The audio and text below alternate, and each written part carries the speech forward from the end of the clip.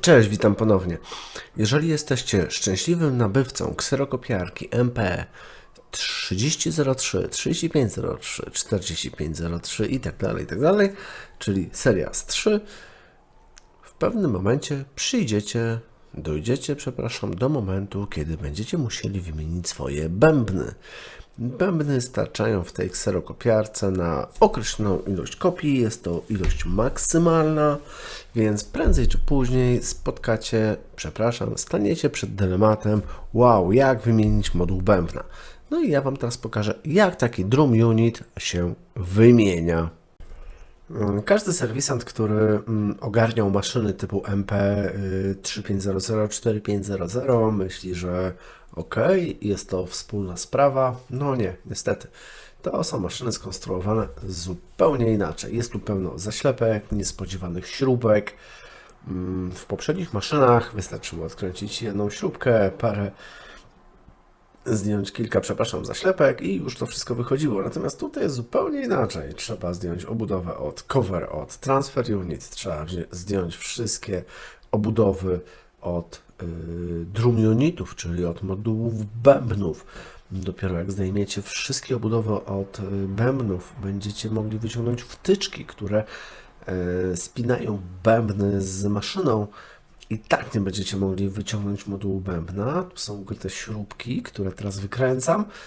Dopiero po wykręceniu takiej śrubki, wcześniej po wypięciu wtyczki, taki drum unit, który waży chyba ze 2-3 kg, więc jest o wiele cięższy niż w poprzednich maszynach, można wyciągnąć. Zobaczcie, to jest zupełnie inna bajka. To jest zupełnie inna maszyna.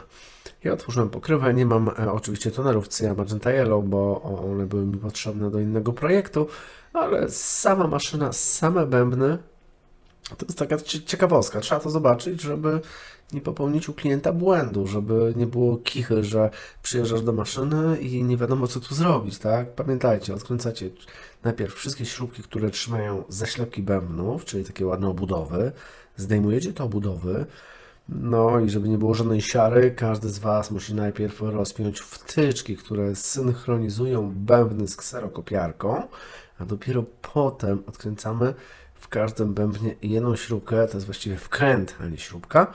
Oczywiście Philips 2, jeżeli chodzi o rozmiar gwiazdki.